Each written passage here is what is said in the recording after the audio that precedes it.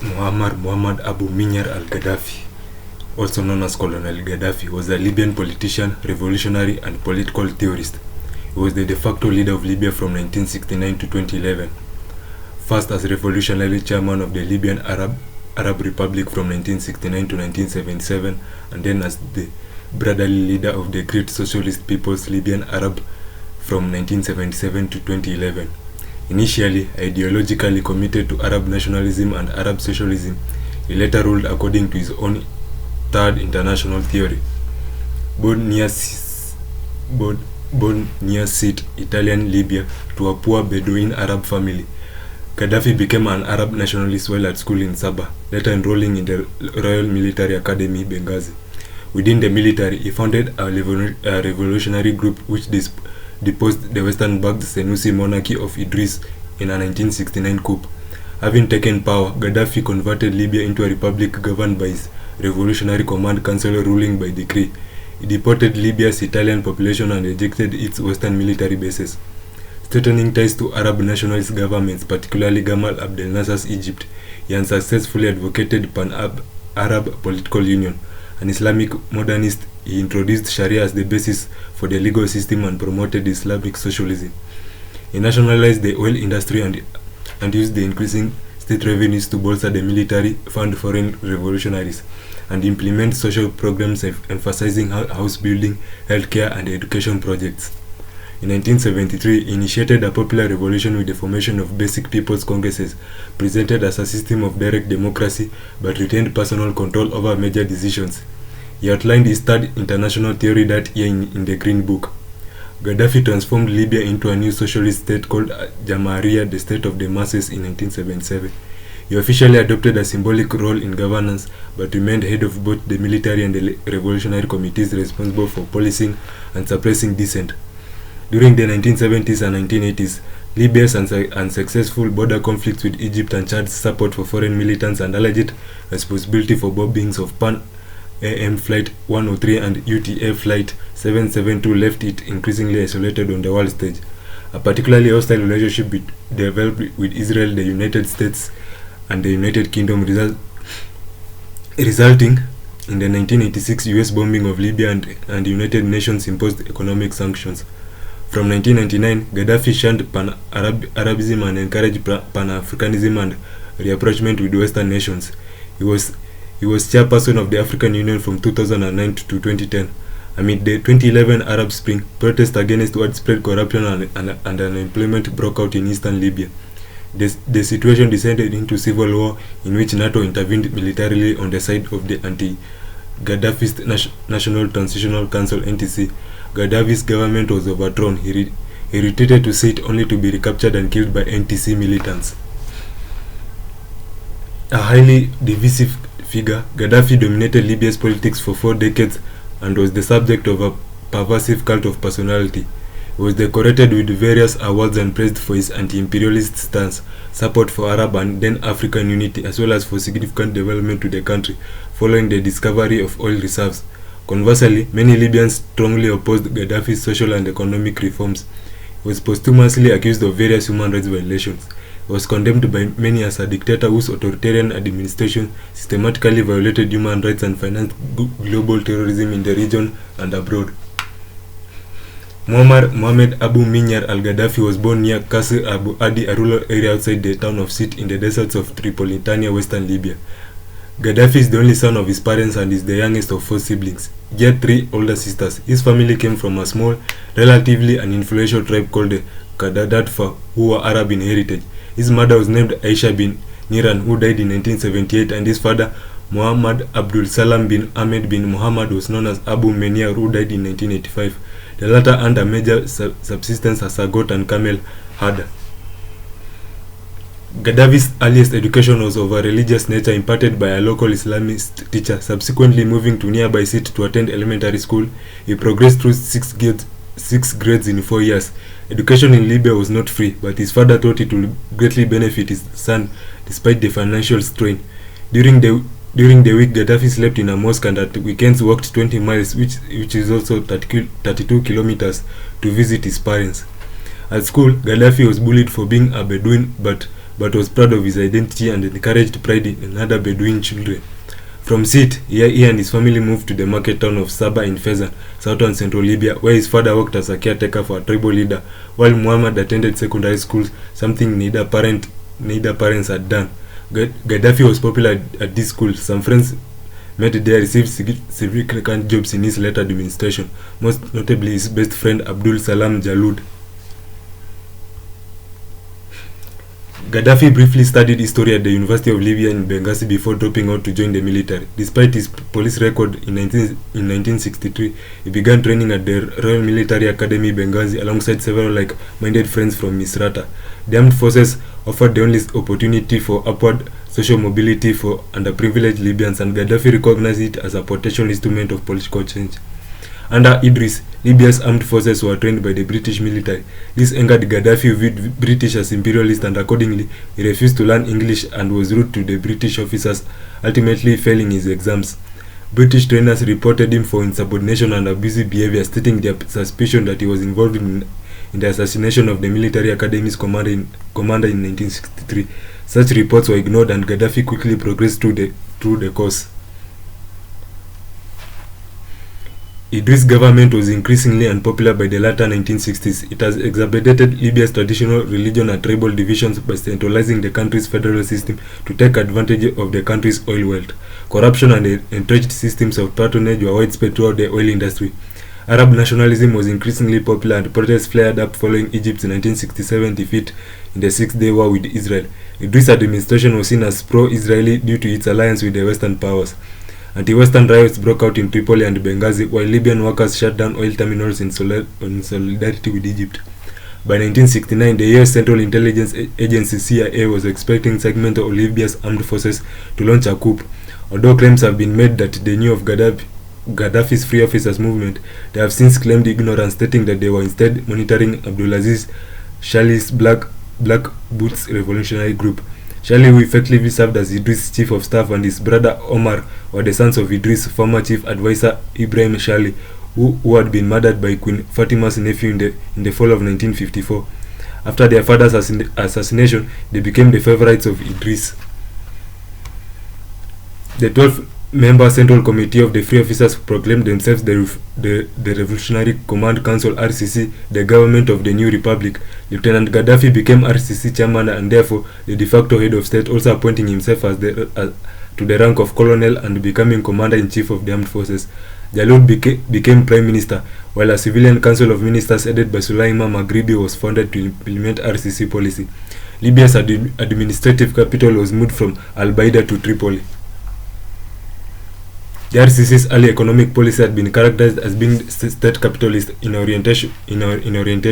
Many initiatives were established to aid entrepreneurs and develop Libyan bogways. Seeking to expand the cultivatable acreage in Libya in September 1969, the government launched a green revolution to increase agricultural productivity so that Libya could rely less on imported food. The hope was to make Libya self-sufficient in food production. All land that had either been expropriated from Italian settlers or which was not in use was repossessed and redistributed. Irrigation systems were established along the northern coastline and around various inland oases. Production costs often surpassed the value of the produce, and thus Libyan agricultural production remained in deficit, relying heavily on state subsidies. The influence of Nasser's Arab nationalism over the RCC was immediately apparent. The administration was instantly recognized by the neighboring Arab nationalist regimes in Egypt, Syria, Iraq, and Sudan, with Egypt sending experts to aid the inexperienced RCC. Gaddafi propounded pan-Arab ideas, proclaiming the need for a single Arab state stretching across North Africa and Middle East. In December 1969, Libya signed the Tripoli Charter alongside Egypt and Sudan. This established the Arab Revolutionary Front, a pan-national union designed as a first step towards the eventual political unification of the three nations. In 1970, Syria declared its intention to join. On April 16, 1973, Gaddafi proclaimed the state of a popular revolution in a speech at Zuwara. He initiated this with a 5-point plan, the first point of which dissolved all existing laws to be replaced by revolutionary enactments. The second point proclaimed that all opponents of the revolution had to be removed, while the third initiated an administrative revolution that Gaddafi proclaimed would remove all traces of bureaucracy and bourgeoisie. The fourth point announced that the population must form people's committees and be armed to defend the revolution, while the fifth proclaimed the beginning of the cultural revolution in Libya to expunge the country of poisonous foreign influences. He began to lecture on this new phase of the revolution in Libya, Egypt and France. As a process, it had many similarities with the cultural revolution implemented in China. In June 1973, Gaddafi created a political ideology as a basis for the popular revolution, Third International Theory. This approach regarded both the US and the Soviet Union as imperialist and thus rejected Western capitalism as well as Marxist-Leninist atheism. In this respect, it was similar to the Three Worlds theory developed by China's political leader Mao Zedong. As part of this theory, Gaddafi praised nationalism as a progressive force and advocated the creation of pan-Arab state, which would lead to the Islamic and Third Worlds against imperialism. Gaddafi saw Islam as having a key role in his ideology, calling for an Islamic revival that returned the origins of the Quran, rejecting scholarly interpretations and the Hadith. In doing so, he angered many Libyan clerics. During 1973 and 1974, his government deepened the legal reliance on Sharia, for instance by introducing flogging as punishment for those convicted of adultery and or homosexuality activity. Following Anwar Sadat's ascension to the Egyptian presidency, Libya's relations with Egypt deteriorated. Over the coming years, the two slipped into a state of Cold War. Sadat was perturbed by Gaddafi's unpredictability and insistence that Egypt required a cultural revolution akin to that being carried out in Libya. In February 1973, Israeli forces shot down Libyan Arab Airlines Flight 114, which had strayed from Egypt airspace into the Israeli-held territory during a sandstorm. Gaddafi's foreign minister Salah Boushir was on board and allegedly targeted by Israel in retaliation for the Munich massacre. Gaddafi was infuriated that Egypt had not done more to prevent the incident and in retaliation planned to destroy the Queen Elizabeth II, a British ship chartered by American Jews to sail to Haifa for Israel's 25th anniversary. Gaddafi ordered an Egyptian submarine to target the ship, but Sadat cancelled the order fearing a military escalation. On March the 2nd, 1977, the General People's Congress adopted the declaration of the establishment of the authority of the people at Gaddafi's behest, dissolving the Libyan Arab Republic. It was replaced by the Great Socialist People's Libyan Arab Jamahiriya, a state of masses conceptualized by Gaddafi. A new all-green banner was adopted as the country's flag. Officially, Jamahiriya was a direct democracy in which people ruled themselves through the 187 Basic People's Congress, where all adult Libyans participated and voted on national decisions. This then sent members to the annual General People's Congress, which was broadcast live on television. In principle, the People's Congresses were Libya's highest authority, with major decisions proposed by government officials or with Gaddafi himself requiring the consent of the People's Congresses. Gaddafi became General Secretary of the GPC, although he stepped down from the position in early 1979 and appointed himself leader of the revolution. In December 1978, Gaddafi stepped down as Secretary General of the GPC, announcing his new focus on revolution rather than government activities. This was part of his new emphasis on separating the apparatus of the revolution from the government. Although no longer in a formal government post, he adopted the title of the leader of the revolution and continued as Commander-in-Chief of the armed forces. The historian Dick Van der Walle stated that despite the Jamahiriya's claims to being a direct democracy, Libya remained an exclusionary political system whose decision-making process was restricted to a small cadre of advisors and confidants surrounding Gaddafi. The early and mid-1980s saw economic trouble for Libya. From 1982 to 1986, the country's annual oil revenues dropped from $21 billion to $5.4 billion. Focusing on irrigation projects, 1983 saw construction start on Libya's largest and most expensive infrastructure project. The Great Man-Made River, although designed to be finished by the end of the decade, it remained incomplete and at the start of the 21st century. Military spending increased while other administrative budgets were cut back. Libya's foreign debt rose and austerity measures were introduced to promote self-reliance. In August 1985, There was a mass deportation of foreign workers, most of them Egyptian and Tunisian. Domestic threats continued to plague Gaddafi. In May 1984, his Bab al-Azizia home was unsuccessfully attacked by a militia linked to either NFSL or the Muslim Brotherhood, and in the aftermath, 5,000 dissidents were arrested. In the spring of 1985, members of the military tried to assassinate Gaddafi twice. The first attempt was a plot by conservative officers to assassinate Gaddafi at one of his villas on the outskirts of Tripoli. The second attempt was an assault on his convoy. In November 1985, Colonel Hassan Ishkal, the third powerful man in Libya, head of military region of Sid, and a distant cousin of Gaddafi, died in a suspicious car accident. Ishkal's death was attributed to Jalud Khalifa and Unasha Gaddafi himself. The late 1980s saw a series of liberalizing economic reforms within Libya designed to cope with the decline in oil revenues. In May 1987, Gaddafi announced the start of a revolution within a revolution, which began with reforms to industry and agriculture, and saw the reopening of small businesses. Restrictions were placed on activities of revolutionary committees. In March 1988, their role was narrowed by the newly created Ministry for Mass Mobilization and Revolutionary Leadership to restrict their violence and judicial role, while in August 1988, Gaddafi publicly criticized them. In March, hundreds of political prisoners were freed, with Gaddafi falsely claiming that there were no further political prisoners in Libya. In June, Libya's government issued a Great Green Charter on Human Rights in the Era of the Masses, in which 27 articles laid out goals, rights and guarantees to improve the situation of human rights in Libya, restricting the use of the death penalty and calling for its eventual abolition. Many of the measures suggested in the charter will be implemented the following year, although others remained inactive. Also in 1989, the government founded the Al-Gaddafi International Prize for Human Rights to be awarded to figures from the Third World War struggle against colonialism and imperialism. The first year's winner was South African anti-apartheid activist Nelson Mandela. From 1994 through to 1997, the government initiated cleansing committees to root out corruption, particularly in the economic sector. During the final years of the 20th century, Gaddafi, frustrated by the failures of his pan-Arab ideals and the refusal of the Arab world to challenge the international air embargo imposed on Libya, increasingly rejected Arab nationalism in favor of Pan-Africanism, emphasizing Libya's African identity. In a 1998 interview, Gaddafi claimed that the Arab world is finished and expressed his wish for Libya to become a black country.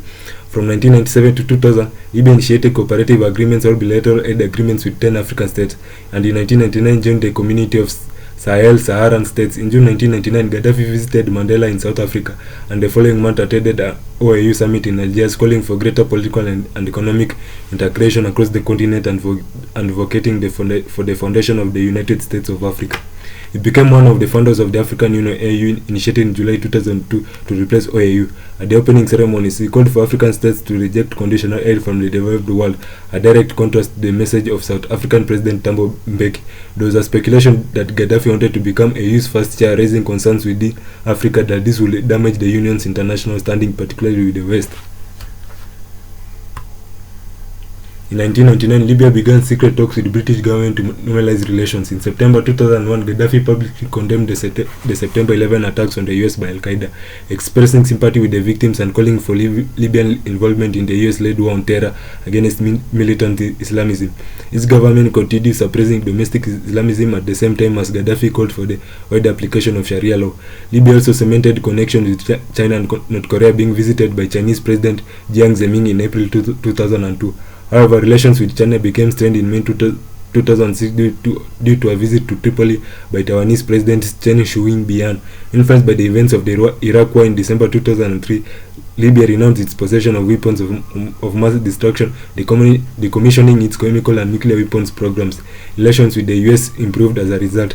British Prime Minister Tony Blair visited Gaddafi in March 2004. The pair developed close personal ties. In 2003, Libya paid $2.7 billion to the families of the victims of Lockerbie bombings, as it was the condition the US and the UK had made for terminating the remaining UN sanctions. Libya continued to deny any role in the bombing. In 2009, Gaddafi attempted to strong-arm global energy companies operating in Libya to cover Libya's settlement with the families of the victims of Lockerbie. Libya's economy witnessed increasing privatization, although rejecting the socialist policies of nationalized industry advocating in the Green Book. Government figures asserted that they were forging people's socialism rather than capitalism. Gaddafi welcomed these reforms, calling for wide-scale privatization in March 2003 speech. He promised that Libya will join the World Trade Organization. These reforms encouraged private sector investment in Libya's economy. By 2004, there was $40 billion of direct foreign investment in Libya, a six-fold rise over 2003. Sectors of Libya's population reacted against these reforms with public demonstrations, and in March 2006, revolutionary headliners took control of the GPC cabinet. Although scaling back to the pace of the changes, they did not halt them. In 2010, plans were announced that would have seen half of the Libyan economy privatized over the following decade. These plans appear to have been soon abandoned, however, as the companies that the government stated they were going to float on the stock market, among them the National Commercial Bank and the Libyan Iron and Steel Company, were never floated and remained 100% state-owned. Many socialist policies remained, however, with the subsidiaries of logistics company HB Group being nationalized in 2007. Agriculture remained largely untouched by the reforms, with farms remaining cooperatives, the Agricultural Bank of Libya remaining wholly state-owned, and state interventionist policies and price controls remaining. The oil industry remained largely state-owned, with the wholly state-owned National Oil Corporation retaining a 70% share in Libya's oil industry. The government also imposed a 93% tax on all oil that foreign companies produced in Libya. Price controls and subsidies over oil and food remained in place, and state-provided benefits such as free education, universal health care, free housing, free water, and free electricity remained in place. Libya also changed its stance on the WTO after the removal of technocrat Shukri Ghanem, with Gaddafi condemning the WTO as a neo-colonialist terrorist organization and urging African and the third world countries not to join it. Following the start of the Arab Spring in 2011, Gaddafi spoke out in favor of Tunisian President Zain El Abidine Ben Ali, threatened by the Tunisian revolution. He suggested that Tunisia's people would be satisfied if Ben Ali introduced the Sharia system there. Fearing domestic protest, Libya's government implemented preventive measures by reducing food prices, purging the army leadership of potential defectors, and releasing several Islamist prisoners. This proved ineffective, and on 17 February 2011, major protests broke out against Gaddafi's government.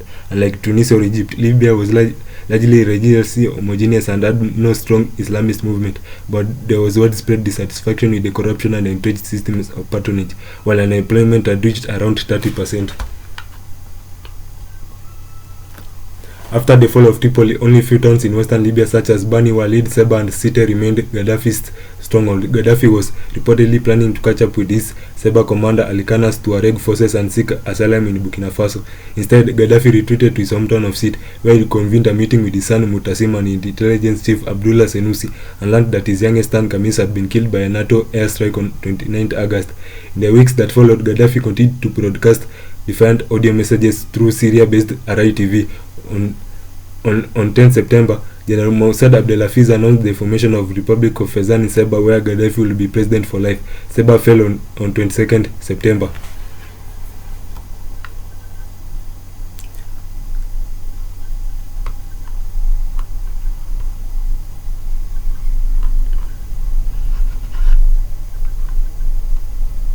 Surrounding himself with bodyguards and a small entourage, including Mutasim, Security Chief Mansour Daw, and Defense Minister Abu Bakr Yunis Jabbar, Gaddafi continually moved residences to escape NATO and ATC shelling, devoting his days to prayer and reading the Quran. On 20th October, Gaddafi recorded a farewell audio message for his family, later publicized by Al-Hadid, and then broke out of Sid's District 2 in a joint civilian-military convoy.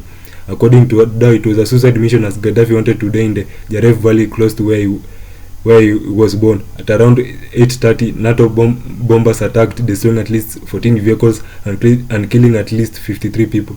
The convoy scattered, and Gaddafi and those closest to him fled to a nearby villa, which was shelled by a rebel militia from Misrata. Fleeing to a construction site, Gaddafi and his inner court hid inside drainage pipes while his bodyguards battled the rebels. In the conflict, Gaddafi suffered 8 injuries from a grenade blast, while Jabbar was killed.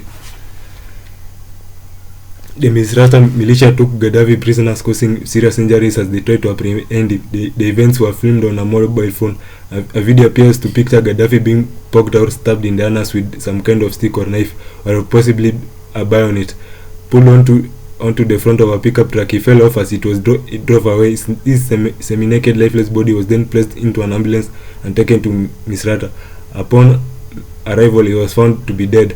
Official NTC accounts claim that Gaddafi was caught in a crossfire and died from bullet wounds. Other eyewitnesses accounts claim that rebels had fatally shot Gaddafi in the stomach.